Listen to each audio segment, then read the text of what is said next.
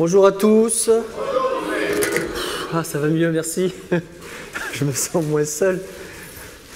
Déjà qu'on est moins nombreux, on se sent parfois un peu seul devant. Je me suis dit ce matin, on va voir si les hommes ont l'excuse d'être à l'heure ou en retard à cause de leurs femmes.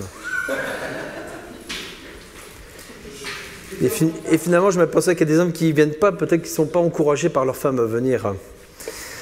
Bon, en tout cas, j'ai eu des nouvelles un peu depuis vendredi de ma femme à Limoges et ça se passe très bien. Et c'est une bénédiction, il y a un très bon état d'esprit.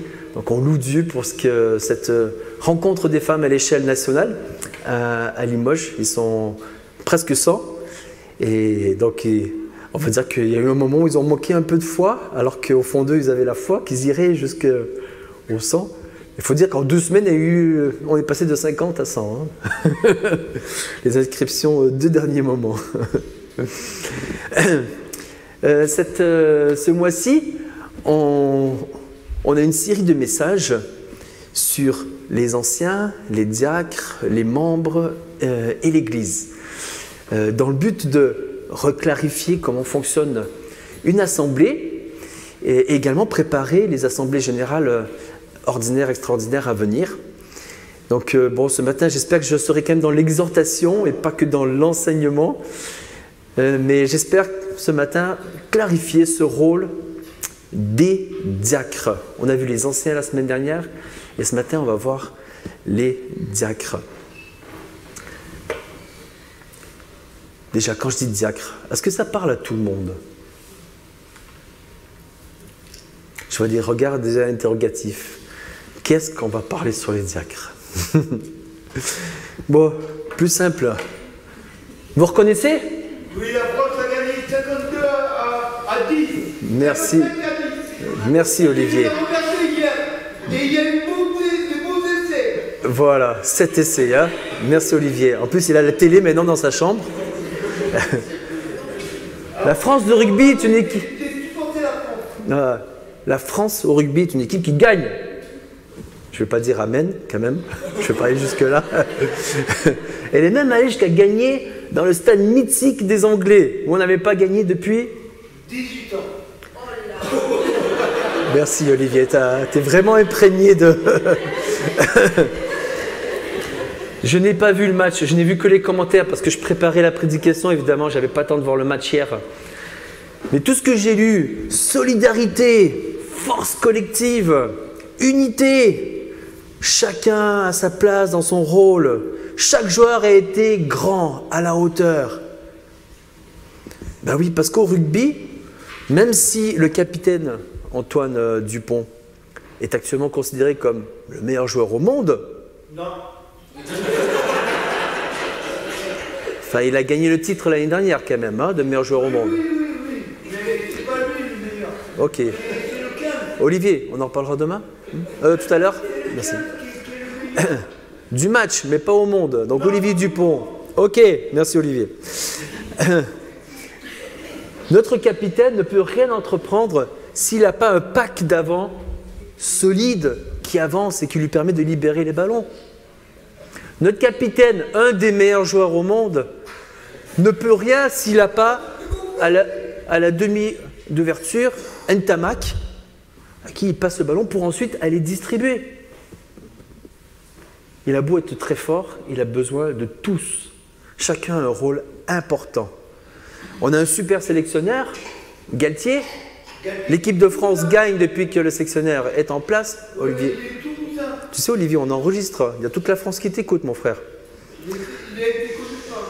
Donc Galtier, sélectionneur, il s'appuie sur des entraîneurs adjoints.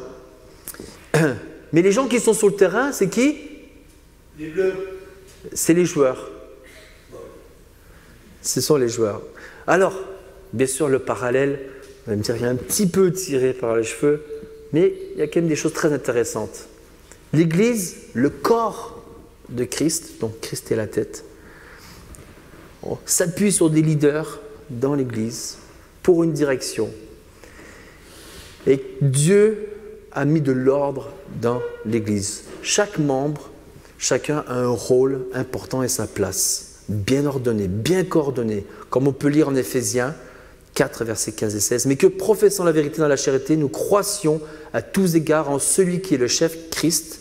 C'est de lui et grâce à tous les liens de son assistance que tout le corps, bien coordonné, formant un solide assemblage, tire son accroissement selon la force qui convient à chacune de ses parties et s'édifie lui-même dans la charité. Chaque membre est important, chacun a un rôle et on a également des rôles différents.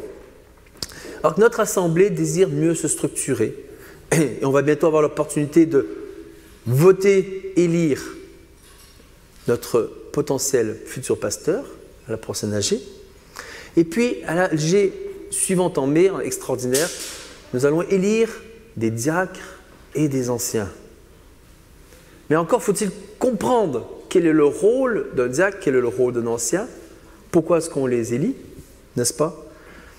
Et donc c'est ce qu'on va voir ce matin ensemble. On va redécouvrir la beauté de la fonction de diacre au sein de l'Église. On va revenir à l'origine du besoin, comment il s'est manifesté, quel est l'ordre établi par Dieu dans l'Assemblée. On va préciser les qualifications et ensuite on va développer le rôle de service au sein de l'Assemblée. D'abord, les origines du besoin.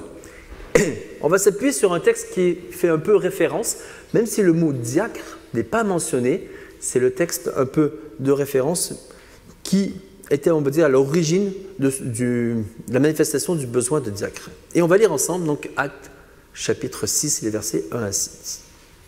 En ce temps-là, le nombre de disciples augmentant, les hellénistes murmurèrent contre les Hébreux, parce que leurs veuves étaient négligées dans la distribution qui se faisait chaque jour. Les 12 convoquèrent la multitude des disciples et dirent « Il n'est pas convenable que nous laissions la parole de Dieu pour servir aux tables. C'est pourquoi, frères, choisissez parmi vous 7 hommes de qui l'on rende un bon témoignage, qui soit plein d'Esprit Saint et de sagesse, et que nous chargerons de cet emploi. Et nous continuerons à nous appliquer à la prière et au ministère de la parole. » Cette proposition plut à toute l'assemblée. Ils élurent Étienne, homme plein de foi et d'Esprit Saint, Philippe, Prochore, Nicanor, Timon, Pharménas et Nicolas, prosélytes d'Antioche. Ils les présentèrent aux apôtres qui, après avoir prié, leur imposèrent les mains. La parole de Dieu se répandait de plus en plus. Le nombre des disciples augmentait beaucoup à Jérusalem et une grande foule de sacrificateurs obéissait à la foi. Alors, si on résume ce passage, on voit d'abord, on pourrait lire dans les chapitres 2 et 4 précédents, qu'on avait une église primitive, comme César, mon frère, nous le disait en riant l'autre jour. Je l'aimais, cette église primitive. Elle était simple, un cœur ardent pour le Seigneur. Elle était aussi unie. Elle était aussi dans une période particulière de grâce. Et puis, des conflits sont apparus. Les conflits, c'est la nature humaine. Les conflits, c'est naturel chez l'homme, n'est-ce pas? Des conflits internes entre les hellénistes et les Hébreux. Que sont les hellénistes? Les hellénistes, ce sont des juifs déportés, c'est-à-dire des juifs qui étaient partis depuis longtemps dans plein de pays d'Europe ou d'Asie et qui sont revenus, par exemple, sont revenus en pèlerinage à Jérusalem. Ils ont entendu la bonne parole, la bonne nouvelle de l'Évangile, ils se sont convertis et ils arrivent avec leur nouvelle culture, leur nouvelle langue. Et donc ça crée un peu des conflits parce qu'ils ne se comprenaient pas déjà. Déjà, entre juifs et hellénistes, il y avait déjà des désaccords profonds en dehors du milieu chrétien. Et au sein du milieu, forcément, on retrouvait aussi des conséquences. Donc il y avait un besoin urgent et les apôtres ont agi urgemment, rapidement, pour conserver l'unité et la joie du salut. Conserver l'unité et la joie du salut. Qu'est-ce qu'ont fait les apôtres, qu'on va assimiler aux anciens par la suite? Mais même si le texte est différent, les apôtres, ils ont mis en place, entre guillemets, des diacres, des gens capables, même si le mot n'est pas utilisé ici, on a la notion de service qui a la même racine que diacre. Et la conséquence est magnifique, verset 7, grâce à ce choix de délégation, la parole de Dieu se répandait de plus en plus, le nombre de disciples augmentait. Voilà. Pour résumer ce passage, quelques points essentiels à relever dans ce chapitre 6. Pour commencer à comprendre le fondement de ce rôle de diacre. D'abord, les apôtres ont pensé bon que la priorité soit donnée à la prière et au ministère de la parole. Mais évidemment sans laisser le reste. C'est le point central du passage et le point central à retenir du rôle d'un diacre. Les apôtres devaient à tout prix conserver, persévérer dans la mission que Dieu leur avait confiée. L'enseignement, la prière, la direction de l'Église avec un grand E à l'époque. Et ce point est clé parce que le rôle de diacre vient en appui des apôtres, des anciens qui se concentrent sur ce sujet. Alors le diable cherche à noyer, cherche à dévier nos pensées, cherche à nous dévier de notre mission, la mission à laquelle Dieu a pu chacun nous appeler, notre rôle. Et John Stott, donc un théologien anglais, a dit quelque chose de très juste sur ce chapitre 6. Il dit « L'attaque suivante du diable était la plus ingénieuse des trois. Après avoir échoué à vaincre l'Église par la persécution ou par la corruption, le diable a tenté la distraction. S'il parvenait à ce que les apôtres se préoccupent davantage de l'administration sociale, de l'organisation, bien qu'essentielle, mais qui ne relevaient pas de leur appel, ils négligeraient alors les responsabilités que Dieu leur avait confiées, prier et prêcher, laissant alors l'Église sans défense face à la fausse doctrine. Donc les apôtres, face à ce danger, ont vu le besoin, mais ils ont souhaité répondre aux besoins spirituels et physiques, comme Jésus l'a fait sur terre. Jésus nourrissait la foule et puis il proclamait le royaume de Dieu. Les deux sont nécessaires. Donc on voit deux aspects qui commencent à nous orienter sur le rôle des anciens et le rôle des diacres au sein de l'assemblée. On voit un autre sujet très intéressant dans ce texte. On voit que toute l'assemblée est concernée. L'Église, ce n'est pas le rôle, ce n'est pas l'affaire, on va dire, des anciens pasteurs et des diacres, c'est l'affaire de tous. Les apôtres ont appelé l'assemblée, ils ont dit « Élisez parmi vous, choisissez des gens capables ». Et l'assemblée a proposé cette liste de noms. Bon, on va rester très humble devant cette liste de noms, n'est-ce pas? C'est pour ça que le parallèle avec diacre est quand même un peu limité, parce que des gens comme Étienne, comme Philippe, qui remplis de l'esprit, faisaient des miracles et annonçaient l'évangile. Même Philippe, il a disparu d'un lieu à l'autre. C'est des choses qu'on voit nulle part ailleurs dans la Bible. C'était des gens qui étaient plus que capables, mais des gens qui étaient vraiment qualifiés, choisis par l'assemblée. Alors, première question que j'ai envie de vous poser ce matin, nous, épètes, est-ce que nous nous intéressons à qui sont nos diacres et nos anciens? Est-ce que nous nous intéressons à qui nous allons élire? Est-ce que nous les encourageons? Je me posais une question récemment, j'en parlais à un frère, je lui disais, je suis quand même étonné, depuis juin dernier où on a annoncé que Samuel Ramos était notre potentiel futur pasteur, personne dans l'assemblée est venu me voir, à moi en tout cas, pour me dire « Ce Samuel, il sort d'où? Qu'est-ce que tu en penses ?» Je dis « Bah tiens, nos frères et sœurs, ça les intéresse ou pas de connaître le futur pasteur, de voir s'il est légitime? Ou est-ce qu'ils, peut-être, ils font juste terriblement confiance et aveuglément confiance au conseil de l'Église? Je ne dis pas qu'il ne faut pas faire confiance au conseil, mais avant d'élire un pasteur, un futur diacre, un futur ancien, moi je vous invite à le rencontrer, à lui parler, à lui dire « Mais pourquoi tu veux être pasteur ?» Bon, Samuel a donné son témoignage, donc ça nous a aidés bien sûr. Mais on va bientôt élire des diacres et des anciens. On vous donnera une liste de noms quand elle sera figée. Allez les voir. Avant d'élire en faveur ou en défaveur, demandez-leur pourquoi il a à cœur ce ministère. C'est l'affaire de l'assemblée, c'est l'affaire de tous les saints. On voit ensuite dans ce texte qu'il y a des qualités qui sont recommandées, qui sont nécessaires pour le diacre. On en parlera plus tard, je ne vais pas m'éterniser. Et on voit également qu'il y a un travail, un cadre qui est clarifié, qui est fourni à l'équipe. On voit également dans ce premier passage deux rôles essentiels des diacres. Et ces rôles vont commencer déjà à nous aiguiller, à mieux comprendre la bénédiction qu'ils peuvent apporter au sein de l'assemblée. D'abord, le premier rôle, les diacres, on leur confie, afin de protéger la tâche des anciens, les diacres amortissent les chocs. C'est ce qu'on a lu dans un bouquin qu'on étudie avec les potentiels futurs diacres. Et c'est vrai qu'au début, je trouvais ça bizarre, mais je me dis, mais en lisant la parole de Dieu, en voyant le travail des diacres, oui, c'est ça, c'est super intéressant.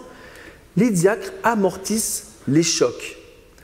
Ils prennent pour eux au maximum pour décharger les anciens qui pourront continuer à vaquer à la prière et à préparer l'enseignement, la direction de l'Église. En fait, la menace dans le passage qu'on a lu en Actes ne résidait pas uniquement à dire qu'il fallait servir aux tables ou donner de l'argent à ceux qui en manquaient. Il y avait un problème d'unité au sein de l'Assemblée, au sein de l'Église avec un grand E de l'époque. Les finances, distribution de pain, mais on allait au-delà. Le cas était beaucoup plus grave. La préservation de l'unité était en danger. Et on pourrait dire, c'est le rôle de l'ancien de s'occuper de tout.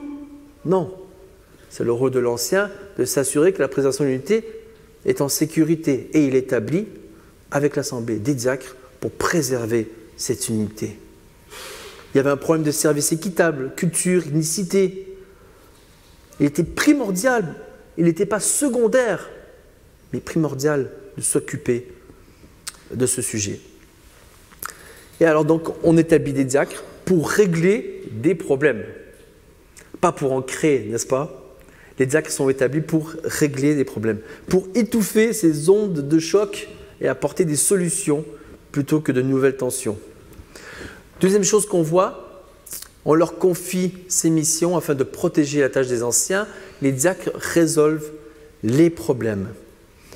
Les diacres que nous élisons en tant qu'assemblée sont là pour apporter des solutions à la vie de l'Église pour qu'elle marche mieux et que les disciples soient concentrés sur leur marche avec Christ et la communion fraternelle, afin de protéger la tâche des anciens. Ils sont en première ligne pour gérer au quotidien les problématiques du bâtiment, de l'assemblée, de la gestion des uns et des autres qui ont des soucis à régler. Alors ici, c'est intéressant de voir qu'il n'y a pas une tâche spécifique, il y a juste une mission, un cadre qui est donné, et on dit aux diacres, vous êtes autonomes. Gérez maintenant. Nous, on s'occupe de la prière et de l'enseignement. Il n'y a pas une liste à Prévert de tout ce que doit accomplir le diacre pour accomplir sa mission. Non, la seule chose qui compte, et on en reparlera, c'est le caractère des hommes remplis de l'esprit qui vont accomplir, coordonner cette mission. Et on voit que ce travail qui est discret a une répercussion profonde, il porte du fruit, et le travail qui a permis de résoudre des problèmes matériels permet de notre côté une implication spirituelle, éternelle, des répercussions éternelles. Là où on gère ce que l'on croit matériel, on laisse la place à l'épanouissement spirituel. Et on a lu tout à l'heure la joie du verset 7. La parole de Dieu se répandait de plus en plus, le nombre de disciples augmentait beaucoup à Jérusalem et une grande foule de sacrificateurs même obéissaient à la foi. Voilà le contexte initial dans lequel s'intègre l'organisation de l'Église primitive et qu'on retrouve aujourd'hui encore dans nos assemblées. J'aimerais, sur ce petit chapitre, rapidement brosser l'ordre au sein de l'assemblée, puisqu'on n'a pas eu encore l'occasion de le faire. En Philippiens 1 est écrit Paul et Timothée, serviteurs de Jésus-Christ, à tous les saints en Jésus-Christ, donc l'assemblée des croyants qui ont la foi en Jésus, qui sont à Philippe, aux évêques, dans la Bible, les évêques, surveillants, pasteurs, anciens, tout est interchangeable. J'utiliserai le mot ancien dans tout ce que je vais évoquer. Et aux diacres, que la grâce et la paix vous soient données de la part de Dieu notre Père et du Seigneur Jésus-Christ. On voit dans l'Église primitive, il y a déjà une organisation qui est mise en place, l'assemblée, les diacres et les anciens. Alors, je ne sais pas si vous allez arriver à lire, parce qu'on ne voit pas forcément bien de loin. Vous arrivez à lire ou pas? Non? Alors, rapidement. Les anciens sont là pour conduire le troupeau. Paître, c'est-à-dire prendre soin, les protéger des faux enseignements, faux docteurs.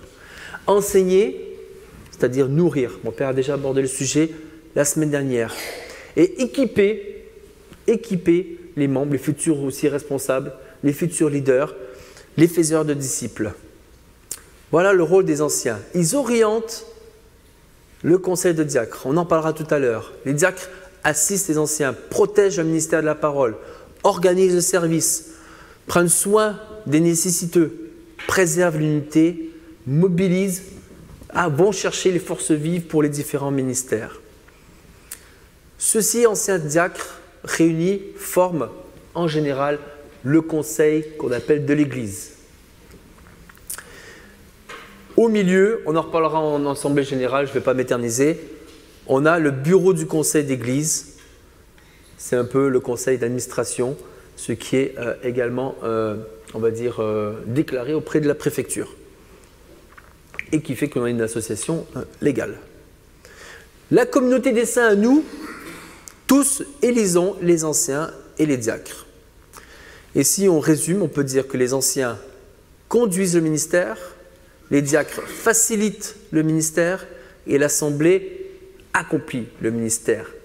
Je dis, dans l'équipe de rugby, les joueurs, ils sont sur le terrain. C'est l'assemblée qui accomplit le ministère. Je ne m'éternise pas là-dessus. Alors, les diacres, on va voter pour eux. Mais pour voter pour eux, il faut savoir s'ils sont capables, s'ils sont légitimes à cette place de diacre. La Bible parle des qualifications requises pour les diacres. Et on va revenir un petit peu sur le verset qu'on a lu tout à l'heure, et uniquement les versets 3 et 4. C'est pourquoi, frères, choisissez parmi vous 7 hommes de qui l'on rende un bon témoignage, qui soit plein d'Esprit Saint et de sagesse, et que nous chargerons de cet emploi. Et nous continuerons à nous appliquer à la prière et au ministère de la parole. En fait, il est très intéressant de voir, à travers le Nouveau Testament, tout ce qui mentionne les diacres. Il y a peu de choses qui parlent du rôle des diacres, mais il y a quand même des éléments. Mais Dieu se préoccupe avant tout du caractère. Plus du caractère que des dons. La capacité spirituelle, la sagesse, est plus importante que la capacité technique. Les 7 qui ont été envoyés pour distribuer la nourriture, vu le nombre, la foule qui était concernée, ils n'ont pas distribué eux-mêmes, mais ils ont eu la capacité, le discernement de mettre les gens en place pour distribuer. Donc Dieu regarde au cœur. Et le cœur du responsable est au cœur du projet de Dieu pour son Église. Et on peut voir dans ce passage, d'abord que l'on rende un bon témoignage. Dans d'autres versons, on parle de digne, de dignité, digne de confiance. Le diacre, il est respectable, il a une conduite exemplaire, reconnue de tous. Premier élément, on va dire essentiel, structurant. Ensuite, rempli du Saint-Esprit. Le diacre démontre une vie qui est soumise à la conduite du Saint-Esprit. Il démontre une vie de dépendance avec Dieu. C'est Dieu le grand c'est Dieu le grand berger, Christ le berger souverain, et le diacre, comme l'ancien, dépend du grand berger. Et ensuite, de sagesse. Rempli de sagesse. Dans la culture juive, la sagesse était très pratique, pragmatique. Et là aussi, on voit qu'il y a deux éléments. Il y a la sagesse de Dieu, remplie de l'esprit, conduit par l'esprit, et puis il y a la sagesse, le discernement, le côté pratique, le bon sens, les capacités à discerner les choses. Donc non seulement on est rempli de l'esprit, mais on est sage, on est quelqu'un qui a des compétences de sagesse. Que des compétences spirituelles dans ce passage, aucune technique. Ce n'est pas écrit à quel point il joue bien ou bien le luth, la guitare, la basse, n'est-ce pas? On se préoccupe du caractère. Et dans le livre qu'on a pu étudier avec les frères et sœurs, on a vu grand nombre d'exemples, de contre-exemples. On va dire par exemple, un tel est agent immobilier, il est très très fort pour faire gagner de l'argent, gérer un bâtiment. On va le faire diacre du bâtiment. Non, ce n'est pas ce que dit la Bible. D'abord, regarde les qualifications spirituelles et bien sûr, ses compétences, ses dons au service de l'Église sont très intéressants à prendre en compte. Mais il doit d'abord passer par le spectre des qualifications spirituelles. Oui, telle personne est un super bricoleur, il est capable de tout refaire dans l'Église. On va le mettre diacre en charge du bâtiment. Non plus. Regardons ce que la Bible dit et choisissons nos diacres selon ce que dit la Bible. Après, les diacres, par contre, sont responsables d'aller mobiliser les moyens, d'aller chercher les énergies pour faire avancer dans leur domaine qui leur est alloué. Comme j'ai dit, il y a peu de textes référents sur les diacres, mais il y en a un, on va dire, qui est solide, qui se concentre uniquement sur les qualifications des diacres, qui ne parle pas forcément de leur service au sens large. Et on va le lire ensemble, ce passage de 1 Timothée 3, versets 8 à 13. On va le lire et le commenter. Les diacres aussi doivent être honnêtes, éloignés de la duplicité, des excès du vin, d'un gain sordide, conservant le mystère de la foi dans une conscience pure, qu'on les éprouve d'abord et qu'ils exercent ensuite leur ministère s'ils sont sans reproche. Les femmes, de même, doivent être honnêtes, non médisantes, sobres, fidèles en toutes choses. Les diacres doivent être mariés d'une seule femme et diriger bien leurs enfants et leur propre maison. Car ceux qui remplissent convenablement leur ministère s'acquièrent un rang honorable et une grande assurance dans la foi en Jésus-Christ. On retrouve, à travers l'ensemble des premières prérogatives, on retrouve ce qu'on disait tout à l'heure, à savoir digne de confiance, respectable. La dignité, l'humilité, la repentance, l'exemplarité. Premier point, duplicité. Qu'est-ce que c'est? La duplicité, c'est de dire quelque chose d'un côté, quelque chose de l'autre. C'est de ne pas être capable de tenir sa langue. C'est de la médisance, du commérage. Il y en a qui se sentent concernés? Ah, il y en a qui rigolent fort, hein. Je sens que... J'ai trouvé un exemple très bon pour m'aider à comprendre ce que c'est le commérage et la médisance. On va dire que vous flattez quand vous dites à quelqu'un ce que vous ne lui direz pas par derrière. Vous dites à quelqu'un quelque chose, mais aux frères et aux sœurs de l'Église, vous ne direz pas la même chose. Ça, c'est ce qu'on appelle flatter. Et commérer, c'est que vous dites quelque chose à quelqu'un de l'Assemblée, mais vous n'oserez pas lui dire en face la même chose. Ça, c'est commérer. Donc, le diacre est exemplaire dans sa langue, dans ce qu'il accepte d'écouter. Et tout simplement, c'est le fruit d'un homme qui craint Dieu plus que les hommes. C'est ce que je retiendrai. Il ne cherche pas la gloire devant les hommes, il ne cherche pas à se montrer aux hommes, il cherche d'abord ce que Dieu veut. Peu importe ce qu'il entend, il fera attention à ce qu'il dit parce qu'il cherche d'abord la gloire de Dieu et non la division, l'unité avant tout. Il est exemple des excès de vin. Je n'ai pas besoin de détailler, mais on pourrait l'élargir à tout ce qui peut compromettre le travail, un ministère dans l'Église, tout ce qui peut compromettre le discernement et le bon témoignage. Il est l'exemple de gains sordides, honteux. Donc, on refuse le compromis moral, on n'est pas attiré par l'argent, on a une maîtrise de soi irréprochable. Il conserve le mystère de la foi dans une conscience pure. On peut voir 3 éléments à cette phrase qui n'est pas évidente, le mystère de la foi dans une conscience pure. Pour conserver, il faut d'abord connaître la foi. Il faut d'abord être avide de toujours plus connaître la parole de Dieu. Si je ne la connais pas, je ne risque pas de pouvoir la conserver, n'est-ce pas? Donc, première qualité, connaître la foi, l'approfondir. La conserver, le cœur qui est attaché à la vérité. Le cœur qui désire proclamer cette foi. Et vivre la foi, c'est la conscience pure. Vivre la foi. On se nourrit d'une relation proche de Dieu. Et c'est la relation forte avec Dieu qui nous permet de vivre par l'Esprit, de manifester notre foi dans ce que nous faisons au quotidien.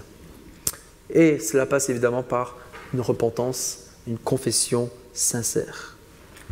Ensuite, il est écrit qu'on les éprouve d'abord, ils exercent ensuite leur ministère s'ils sont sans reproche. Dans l'Assemblée, nous avons l'habitude de dire à quelqu'un qui voudrait aller plus loin dans le ministère, on lui dit, déjà intègre-toi à l'Assemblée, sers dans ce que tu peux faire semaine après semaine. Et dans les petites tâches qui te seront confiées, nous verrons l'œuvre de Dieu et nous te donnerons de plus grandes tâches. Voilà la logique. Et un diacre doit en effet être particulièrement éprouvé, pas dans le sens le faire souffrir, dans le sens on le met à l'œuvre et on voit comment il manifeste son travail. Est-ce qu'il fait le travail avec sérieux, humilité, avec une attitude de reconnaissance pour le Seigneur, ou est-ce qu'il le fait de façon un peu bâclée, sans véritable engagement, ou toujours en râlant parce qu'on lui demande trop et qu'il en a marre? Je pense que notre attitude parle plus que les mots, n'est-ce pas? Et quand notre cœur est touché par le Seigneur, notre travail doit le montrer, et tous peuvent le voir. Ensuite, on voit le verset 11 qu'on parle des femmes. On parle des femmes. Et ici, les femmes, pour être appelées ici, on a parlé des diacres, on pourrait dire les diaconesses. Les diaconesses sont concernées. L'appel pour les sœurs de l'Église à servir, au service, ne transporte pas, n'amène pas vers de l'autorité sur l'Église, puisque les diacres sont soumis à l'autorité des anciens. Elle n'appelle pas à diriger l'Église, elle appelle à accomplir une responsabilité qui lui est confiée au sein de l'Assemblée. Et donc bien sûr que les femmes, comme les hommes, les diaconesses comme les diacres, doivent toujours être prêts à servir afin que les anciens puissent exercer ce rôle de la prière et de l'enseignement. Par contre, selon la Bible, les sœurs ne sont pas recommandées pour la direction de l'Assemblée. Il n'y a pas dans la Bible d'anciennes, il y a des anciens. Par contre, il y a des diacres et des diaconesses. Il y a plusieurs exemples de diaconesses dans le Nouveau Testament. Enfin, les diacres doivent être mariés d'une seule femme. Donc on pourrait faire l'inverse aussi, les femmes mariées de femmes, ça se dit pas, les femmes d'un seul homme, et diriger bien leurs enfants et leur propre maison, donc une vie de famille fidèle, exemplaire. Quand ça se passe bien à la maison, c'est un bon témoignage de ce qui doit bien se passer dans l'Église. Quand ça se passe mal à la maison, on peut se poser question sur la capacité à avoir des responsabilités dans l'Église. Alors, on a lu toutes les qualifications qui sont demandées en Timothée. On va se poser la question, pardon, pas encore, mais quelle est la différence avec les anciens? On n'avait pas eu le temps aujourd'hui de tout regarder, et notre pasteur a déjà évoqué le sujet la semaine dernière. il y a deux grands points de différence entre les anciens et les diacres dans les qualifications. Le premier point, qu'on peut lire dans les versets 1 à 7, c'est être propre à l'enseignement. C'est le verset 2. L'ancien, lui, doit être capable d'enseigner. Ça ne signifie pas que le diacre ne doit pas enseigner. D'ailleurs, aujourd'hui, je suis en train de vous enseigner en tant que diacre.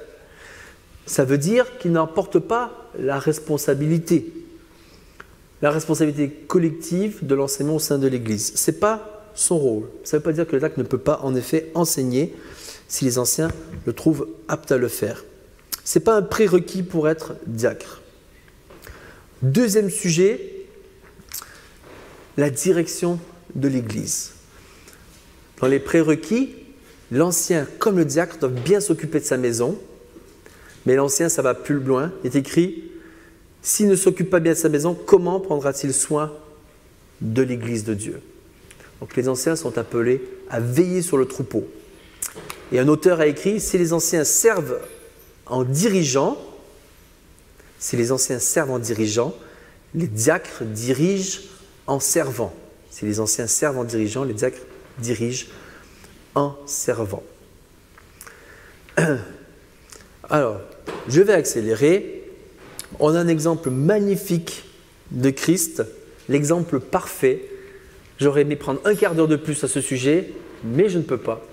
Christ lui-même a dit ne pas venir pour être servi, mais pour servir.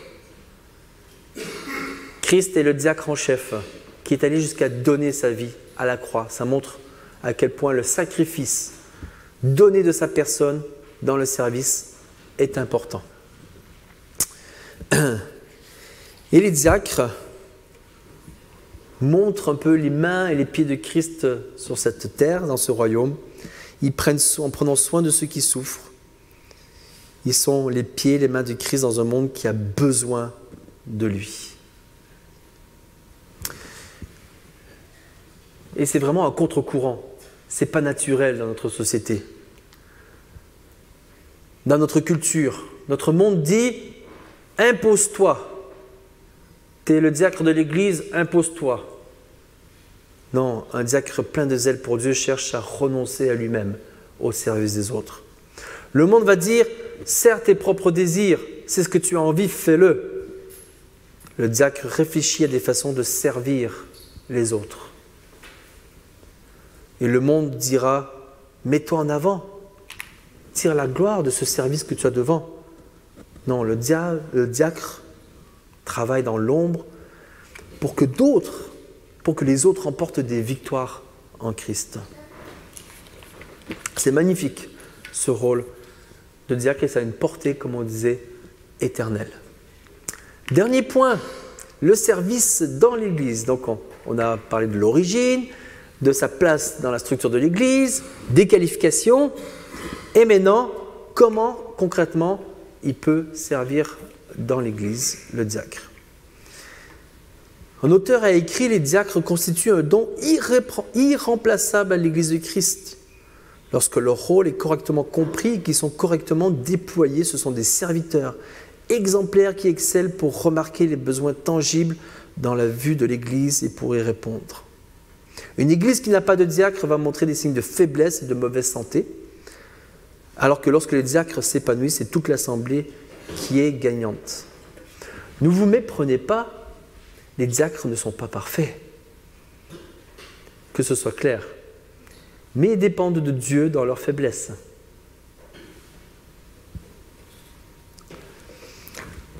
Les missions des diacres. Première mission, repérer et répondre à des besoins tangibles. Voilà, le rôle principal, on le disait tout à l'heure, du diacre, c'est d'anticiper tout élément de la vie d'Église qui menacerait de détourner l'attention des anciens de la prière et de l'enseignement. Donc on s'occupe de tout de façon à ce que les anciens puissent diriger l'Église et l'amener à bon port. Donc il faut exceller, le diacre va exceller à repérer dans l'Église ce qui manque, ce qui est à combler. Il ne va pas dire « Ah, Ça fait des semaines que je vois ça, mais il n'y a personne pour s'en occuper. Hein. Oh, dans cette église, hein, franchement. Il va prendre l'initiative. Il va trouver des idées. Il va être astucieux. Il va les mettre en place.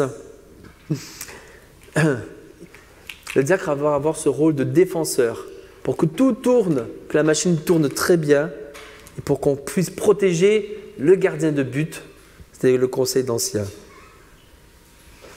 Je ne sais plus qui disait dans notre petit groupe là, c'était Cecilia qui parlait de l'enrouage.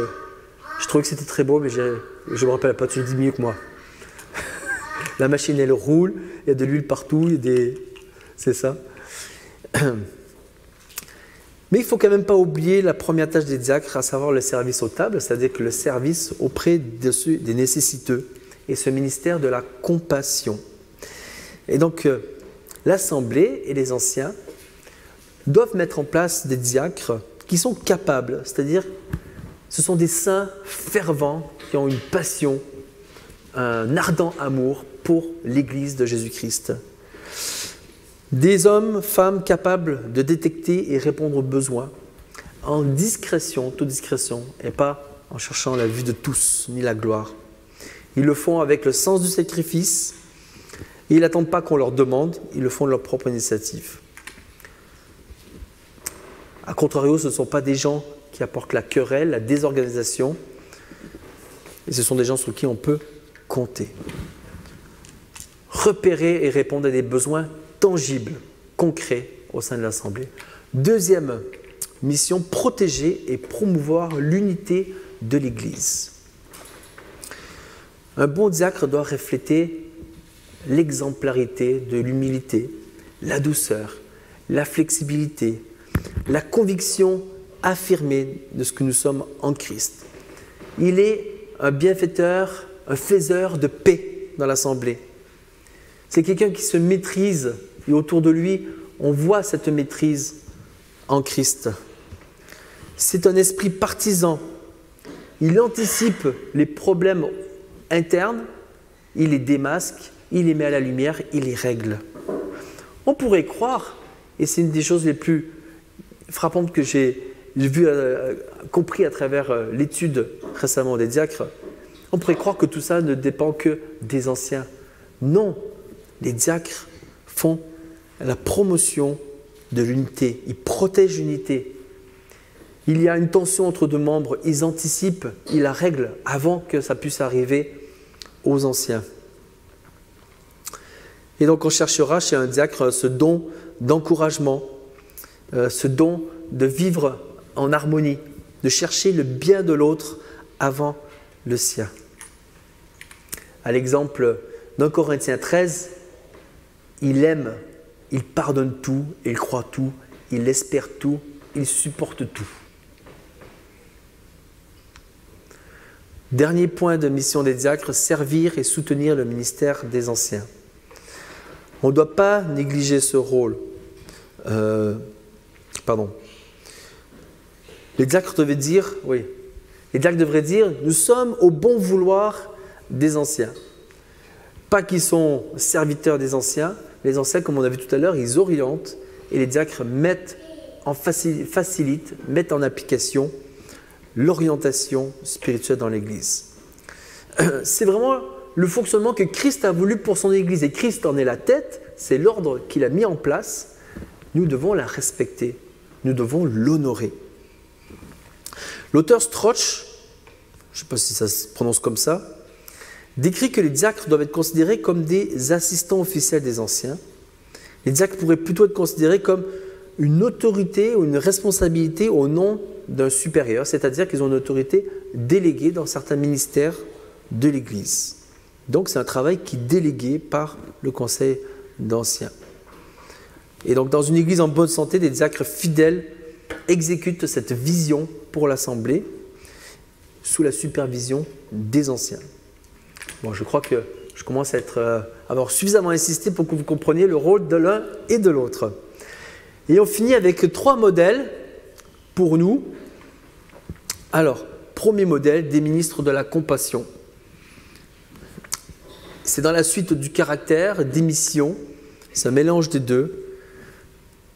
nos diacres sont au service aussi des veufs, des démunis. Et, comme je disais tout à l'heure, on ne peut pas dissocier nourrir physiquement et nourrir spirituellement. La proclamation de l'Évangile et la démonstration de l'Évangile ne s'opposent pas. Je montre par ma vie que je vis l'Évangile et également je le proclame. Ils ne sont pas opposés, ils sont ensemble, n'est-ce pas? Donc le diacre qui va montrer par sa vie, par son service, le cœur de Christ plein de compassion pour les autres, il le montrera par sa vie et également il le montrera par ses actes. C'est un catalyseur pour la mission spirituelle. Deuxième point, une équipe de serviteurs dirigeants. Au sein de l'Assemblée, on a besoin d'être nombreux pour se répartir la tâche, se répartir ce travail. C'est un travail qui est collaboratif, ce n'est pas chacun dans son coin. Un travail collaboratif pour décharger, comme on a dit, les anciens. Et donc il faut non seulement qu'on soit cohérent au sein des diacres, mais qu'on soit cohérent entre les anciens et les diacres. Et donc le diacre ne peut pas se limiter à simplement dire « moi je fais mon service et le reste, ça ne me concerne pas ». Non, le diacre doit toujours prendre en compte la portée spirituelle des choix qu'il fait. Est-ce qu'ils sont dans l'orientation de la direction de l'Église, du conseil d'Église. Et dernier point, les diacres sont des mobilisateurs de ministères au rôle spécifique. C'est-à-dire qu'ils vont mobiliser, ils vont aller trouver dans l'Assemblée les énergies, les membres, les saints pour accomplir les tâches. Ce n'est pas des bourreaux de travail qui vont, comme des malades, travailler toute l'année parce qu'ils ont été élus pour ça. Non, c'est des gens qui vont être capables d'aller chercher les autres et d'organiser fidèlement la mission qui leur est donnée. De la même façon, membres saints de l'Église, n'attendez pas que ce soit les diacres et les anciens qui fassent tout. Vous êtes l'équipe de rugby. Allez aussi les voir quand vous ne savez pas quoi faire. Parce que je vous assure qu'il y a du travail pour tout le monde. Mais quand on appelle, souvent on est un peu déçu du nombre de gens qui lèvent la main. On est tous concernés. Et chacun dans son rôle, l'Église grandira, s'épanouira. Mais chacun a un rôle. Je vais conclure. Donc Dieu a instauré un modèle à l'Église. Respectons-le, honorons ce modèle qui nous a été donné. Nous n'avons pas besoin de trop se compliquer, torturer l'esprit, honorons le modèle donné par Christ. Et gardons à l'esprit cette vision glorieuse de la Bible pour les diacres. Le diacre ne cherche pas à être élevé comme un conseil exécutif, un pseudo-ancien. Il vient pour servir et non veiller sur le troupeau. Chacun son rôle. Le diacre, c'est plus qu'une personne qui est douée en affaires ou bricoleur.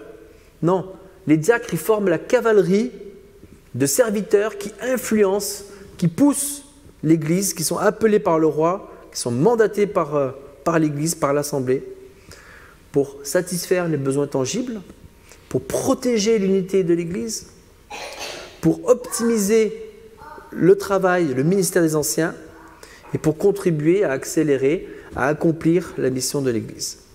Alors ce ne sont pas des tâches uniquement physiques. Ce service a une portée spirituelle éternelle. Ces tâches, elles sont certes souvent invisibles, mais leur portée est bien palpable quand on voit la maturité de l'Église qui peut en découler. L'appel d'un diacre est noble, leur service est nécessaire et leur récompense sera grande et proche. Alors en tant qu'assemblée, on a un rôle majeur pour que des diacres se révèlent parmi nous, pour que nous puissions les encourager, pour que nous puissions les mettre en place.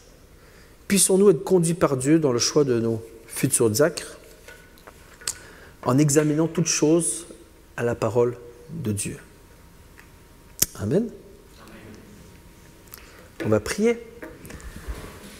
Père éternel, de cet enseignement de ce matin, un peu long, mais un peu également exhaustif sur ce rôle des diacres, je te prie, Seigneur, que tu puisses susciter auprès de nous des hommes et des femmes qui se lèvent pour te servir dans ce ministère si particulier. Je te prie qu'on soit tous concernés, que tu nous mettes à cœur d'aimer, encourager, soutenir nos responsables d'église, nos diacres, nos anciens. Je te prie de préparer notre assemblée à la future assemblée générale. Puisses-tu diriger tous les choix qui sont faits et puisses-tu être glorifié à travers notre volonté d'accomplir ton plan au sein de ton assemblée. Amen.